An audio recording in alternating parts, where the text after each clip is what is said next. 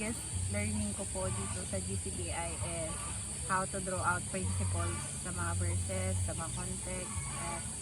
At isa yun sa mga na-practice ko over time na ma-develop yung principle behind all the learnings and teachings sa mga verses sa Bible. And marami po akong bagay na natutunan. Una po ang kahalagahan na nalaman ko kung ano talaga ang aking plano o purpose ng Panginoon sa aking buhay. Pangalawang maging Diyos na lingkod, magiging babaeng lingkod ng Diyos, at ang paano maging mabuting asawa sa akin at mabuting magulang sa aking mga anak. My biggest learning is that the Bible is all about relationships. So it's very important that simula pa lang ng amin pong klase na establish na po na ang Bible is about marriages, two marriages between the Father and the Israelites, the church, Jesus and the church. And I think that is important na malaman ng bawat isa, dahil as we go into the ministry, we will deal with many people, we will deal with many people outside ministry. So we have to learn kung paano ma-establish yung mga relationships. Ang aton kabuhi hindi na sa aton, kundi ana na sa Ginoo dia. So dapat ganito naton sa para sa anak. So nung araw kasi usyan ko ang paano mag-share, pero hindi ko gin exercise. Kumbaga kontento na ako na luwas ako. Pero nung yun nga, ang primerong ko is sit in, pero habang nagadugay, habang tumatagal, kumbaga ay nagkaroon ako ng interest, lalo na ang pagtuon ay from the beginning. So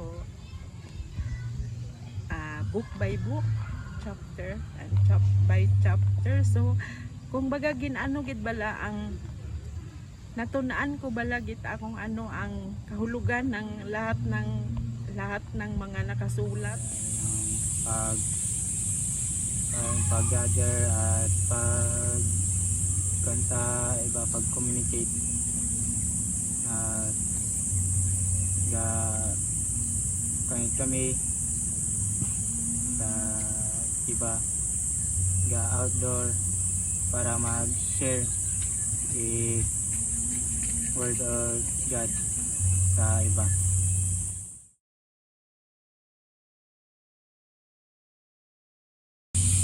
Paano na ako magamit sa yung natutunan sa GCBI ay ang sa Ginoo, tapos sa katulad na ako nga kanyang people may i-share gid ako sa anda. The way talaga is to expand the network, at one advice really that I get from older fellow ministers is to really have a kingdom mindset, not to be divided by denominations, preferences, or anything, differences.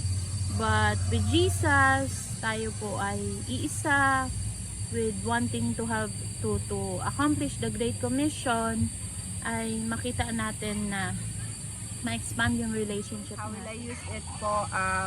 Currently, may mga Bible studies na po kami, and during times po ng DCBI, na-apply ko na rin naman po yun with outlining my preachings, my preachings, my exhortations, and all of that. So na-apply ko na po siya, how to explain it in biblical context.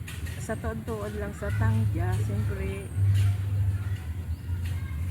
pero osyan ko nga base ako nga nasa GCBI ito may plano ang Ginoo and ano ang ana nga leading sa akon tumanan ko brown ko kung ano yung ipapagawa niya sa akin